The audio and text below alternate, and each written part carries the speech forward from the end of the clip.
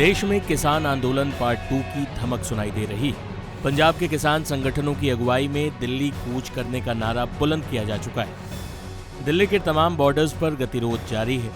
Police और किसानों के बीच संघर्ष जारी है। लेकिन अहम सवाल ये है कि किसान आंदोलन में पंजाब के किसानों के अलावा देश के बाकी हिस्सों के किसान क्यों शामिल नहीं? पिछली बार जब 3 कृषि कानूनों के लिए किसान आंदोलन कर रहे थे तो केंद्र सरकार को तीनों कानून वापस लेने पड़े थे। इस बार किसान एमएसपी पर कानून बनाने या स्वामीनाथन रिपोर्ट को लागू करने की जो मांग कर रहे हैं वो देश के सभी किसानों को प्रभावित करने वाला मुद्दा है। इसकी मांग कांग्रेस सरकार के समय से ही उठती आई है, लेकिन फिर भी देश के अन्य इलाकों के किसानों का शामिल ना होना इसे पंजाब और कुछ हद तक हरियाणा के किसानों का आंदोलन बनाता है।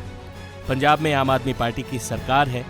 आम आदमी पार्टी के मंत्री चाहे पंजाब हो या दिल्ली खुलकर किसान आंदोलन का समर्थन कर रहे हैं। सुनिए पंजाब में आम आदमी पार्टी के मंत्री चौधरी कुलदीप सिंह धालीवाल किसान आंदोलन पर क्या कह रहे हैं। वही इनकी जो मांग है वो सही मांग है और किसानी का बड़ा बुरा हाल है और हमें जो करना चाहिए तो वो बात बढ़ नहीं पाई। उन्होंने 1-2 बार दिल्ली बात भी की, पीयूष गोयल जी मीटिंग से उठ के भी गए, बात भी की। तो हमने भी, हमारा भी जब प्रयास था कि आप इतना ही मान लो, पर क्योंकि सरकार की, केंद्र सरकार की अपनी एक पॉलिसी है, तो वो नहीं बने तो गल टूट गई। तो हमें बड़ा दुख लगा क्योंकि जो आज हो रहा है शंभू बॉर्डर, तो हम चाहते नहीं थे कि ऐसा हो। देखिए हम चाहते नहीं थे, पर सबसे जो सर मेरे को बुरा लग रहा है, सबसे कोई बात नहीं, संघर्ष होते हैं, धरने होते हैं, लोग रैली मजारे करते हैं, हमने भी पूरी जिंदगी की है, स्टूडेंट लीडर थे, तो ऐसे चलता रहता है। पर किसानों को दिल्ली जाने रोकना सर ये बहुत गलत बात है। दिल्ली हमारी राजधानी है, हम देश की राजधानी में जाके किसान अपनी बात रखनी चाहते हैं। 2024 चुनावी साल है।